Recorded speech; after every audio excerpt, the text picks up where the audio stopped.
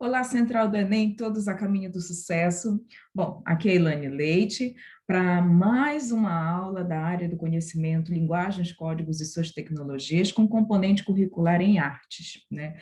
Bom, nas nossas últimas aulas, né, nós estávamos trabalhando a função da linguagem estética. E aí a gente viu cada uma delas, né? A gente viu a pragmática, a simbolista, a naturalista, a formalista, a interativa. Bom, hoje a gente vai ver as últimas três, que é a social, que fala muito sobre a crítica social, a individual, que também pode ser chamada de emotiva, e a apelativa. Então, quando a gente estuda a função da imagem, a gente realmente tende, né, a tentar entender qual foi a comunicação que a imagem trouxe para a gente, qual é o tema que ela quis abordar para a gente poder partir assim para a nossa questão. Então, vamos lá. A função social, tá, pessoal? É aquela usada com tom de denúncia ou crítica. Ela pode também ser subversiva. Quando você olha para a imagem, ela realmente faz uma crítica ao comportamento humano, ao comportamento social, né, ao comportamento religioso, político, né? Então, toda vez que a gente estiver falando dessa função social, ela vai vir sempre com um tom de denúncia. E aí na imagem eu coloquei para vocês, né, o trabalho escravo, né, muralismo de Banksy. Banksy vem ser um dos artistas conceituais que trabalha muito nessa questão dessa crítica social. É um artista da intervenção, da instalação, da pintura, né, bastante conhecido. E também o Paular Korzystkiego, ou Paweł Korzystki, né, como ele é conhecido, um artista polonês que realmente trabalha o comportamento humano, né, em todas as esferas e em todas as situações. Tanto que a gente, né, viu aqui não só no trabalho escravo de Banksy, como também Meu Espaço, de Paulo Arcos-Esquergo, ele realmente está fazendo uma crítica aí ao comportamento humano, e isso que é o bem interessante. Então, quando a gente olhar para a função social, a gente tem que olhar realmente com esse olhar crítico, tá? Bom, o Enem, ele não deixa passar questões que falam sobre comportamento social, comportamento político, tá? Ele gosta muito de realmente perceber que tipo de aluno você é, se você está atento, se você percebe, né, esses insights, essas polêmicas nas imagens. E aí ele trouxe para a gente nessa questão aqui, vamos lá olhar, né? Enquanto uma criança, né, prestando atenção agora na imagem, uma criança, ele puxa o vagão de um trem, como se ele tivesse, né, com o trabalho arrastando o vagão de um trem, e na frente dele tem uma outra criança brincando, né, com uma pequena locomotiva. Então, quando a gente olha para essa imagem, aí a gente, né, a gente já fica logo, nossa, que imagem impactante, né? E aí a questão diz o seguinte: o artista gráfico polonês Paular Korzystkiego nasceu em 1976 e recebeu diversos prêmios por suas ilustrações. Nessa obra, ao abordar o trabalho infantil, Korzystkiego usa sua arte para quê? Né? Então, ele realmente pergunta, né? A questão pergunta para a gente qual é o tipo de abordagem que o artista quis trabalhar para a gente. Alternativa A, difundir a origem de marcantes diferenças sociais. Será que é essa a questão? B, estabelecer uma postura proativa da sociedade. C, provocar a reflexão sobre essa realidade. D, propor alternativas para solucionar esse problema. E, retratar como é enfrentada em vários países do mundo. Olha só, vamos logo partir para a resposta, né? A resposta correta dessa questão, com certeza, é a letra C. Tá? Primeiro, a alternativa A, difundir a origem de marcantes diferenças sociais. Não é essa a questão, a imagem não nos fala isso. Nós temos que nos prender ao que o Enem mostra para a gente, as informações que ele te dá. E quando a gente olha para essa imagem, a gente não tem como saber, né, de onde surgiu, de onde teve essa origem dessas diferenças sociais. A B, estabelecer uma postura proativa da sociedade, ele também não mostra isso, nem faz uma direção, nem coloca um direcionamento para a gente.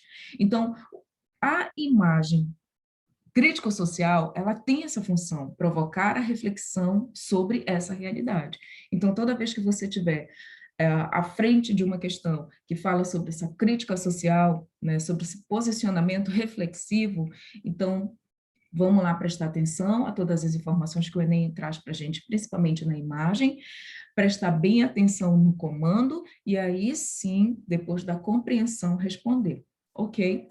Bom, função individual ou emotiva é aquela, gente, em que o artista ele transmite todas as emoções, tá? Todas as suas vivências, todas as suas experiências, sejam elas boas ou não.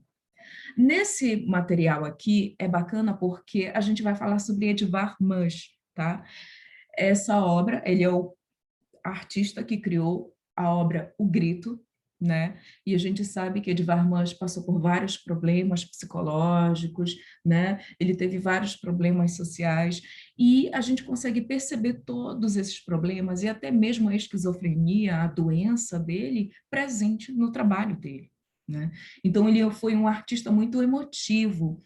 Van Gogh, Frida Kahlo, né?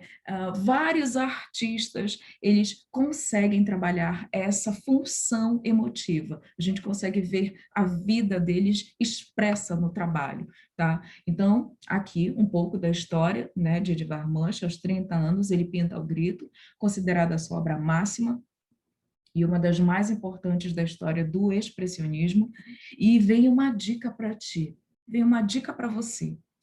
Todos os artistas da função individual ou emotiva, quando eles trabalham, né, essa característica emocional, eles estão dentro desse movimento artístico em questão, o movimento expressionista, tá? Então vai uma dica aí para você.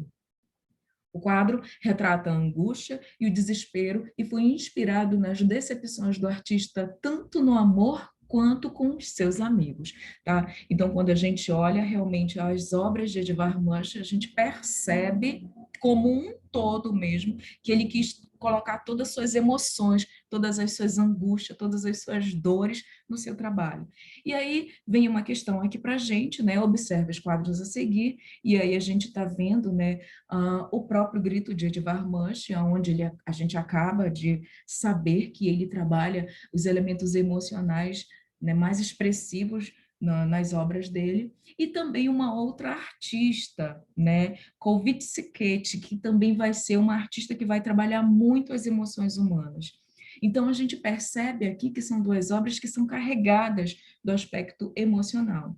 E as alternativas dizem o seguinte: eles são parte integrante do movimento artístico que marcou a transição do século XIX para o século XX, denominado, né? Eu acabei de dar essa dica para ti. Alternativa A, cubista, graças ao tratamento da natureza mediante formas geométricas? Não, a gente não percebe isso. E mesmo porque tanto o comando da questão quanto a imagem já direciona a gente para as expressões emocionais, tá? É um movimento que marcou essa transição. B, é o futurismo, baseando-se na velocidade nos desenvolvimentos tecnológicos? Também não. Para quem conhece o movimento futurista, ele foi um movimento que ele quis trabalhar, né, a pretensão do movimento, através dos elementos volumétricos, geométricos, tá? Aí, às vezes, até se afastando um pouco da representação figurativa.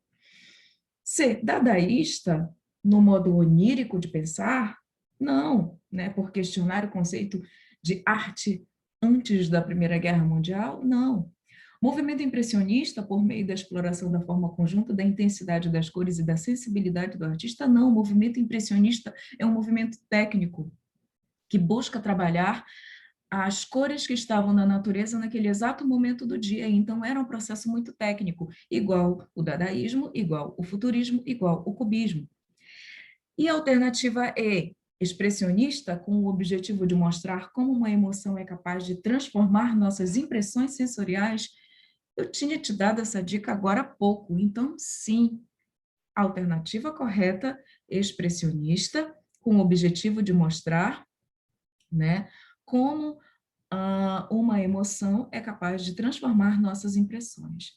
E, por último, vem a função apelativa, né, ou conativa. É caracterizada por uma linguagem persuasiva. Ele quer realmente te convencer, quer convencer o leitor. Por isso, o grande foco é no receptor da mensagem. Essa função é muito utilizada nas propagandas, nas publicidades, nos discursos políticos, a fim de influenciar o receptor por meio da mensagem transmitida. Então, a gente coloca aí alguns exemplos, né? Beba Coca-Cola, beba Coca-Cola, beba Coca-Cola, que parece que isso fica na cabeça, né? A frase, ela tem um efeito tão rápido, né? E tão direcionado, que é como se a gente não conseguisse se desvincular. Então, beba Coca-Cola, beba Coca-Cola, beba Coca-Cola.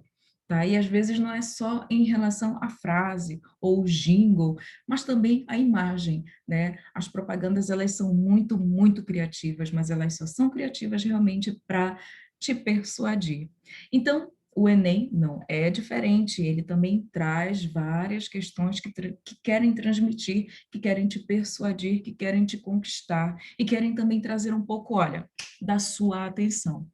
E aí, tem essa questão aqui, bem interessante, né? Denuncie qualquer caso de violência sexual infantil. E aí ele coloca pequenininho, ligue 100. Mas olha só, o que eu sempre falo para os meus alunos, a gente tem que prestar muita atenção na imagem, a gente tem que tentar ler todas as informações que estão ali, naquele desenho, naquela imagem, naquela fotografia, para a gente poder entender, para assim partir para a questão. Então, a gente percebe, né, que é um desenho de um pesadelo. Para algumas crianças, o pesadelo chega antes do sono. Olha que interessante. E aí ele coloca embaixo, bem pequenininho, mas isso é o que mais a gente vai ter que prestar atenção. Denuncie qualquer caso de violência sexual infantil. Ligue 100. Então, ele pede para a gente realmente denunciar. E aí ele coloca aqui para a gente, os meios de comunicação podem contribuir para a resolução de problemas sociais, entre os quais o da violência sexual infantil. Nesse sentido, a propaganda usa a metáfora do pesadelo para. Eu sei que já está a resposta aí, mas vamos lá. Alternativa A. Informar crianças vítimas de violência sexual sobre os perigos dessa prática, contribuindo para erradicá-la, né? O comercial, ele não está direcionado a crianças. Informar crianças vítimas de violência, não. Ele quer informar como um todo, para toda a sociedade, para toda a população, e não está direcionado apenas às crianças, tá? E tentar erradicá-la, né? Quem dera que a gente pudesse fazer isso. B. Denunciar ocorrências de abuso sexual contra meninas com o objetivo de colocar criminosos na cadeia. Bom, em nenhum momento, tanto na imagem, tá? Quanto até mesmo no comando da questão, ele fala sobre gênero, e a gente sabe que abuso sexual não acontece apenas com meninas, tá? C, dar a devida dimensão do que é o abuso sexual para uma criança. Olha a imagem do bicho-papão aí para a criança. O abuso sexual é como se fosse um monstro, enfatizando a importância do quê? Qual foi a primeira palavrinha que a gente viu ali na frase? Denuncie qualquer caso de violência sexual infantil? Denúncia. Então, enfatizando a importância da denúncia. Alternativa D, destacar que a violência sexual infantil predomina durante a noite? Não, ela pode acontecer em qualquer momento, em qualquer lugar, tá? E qual é a função da imagem? É dar a devida dimensão do que é o abuso sexual para uma criança, enfatizando a importância de denunciar, tá? Então, a alternativa correta é C. E a alternativa E, chamar a atenção para o fato do abuso infantil ocorrer durante o sono, sendo confundido por algumas crianças como pesadelo. Nossa, né? Tem algumas alternativas mesmo que o Enem traz para a gente que são um pouco absurdas, né, pessoal? Mas agora a gente já sabe que é preciso fazer a leitura da imagem.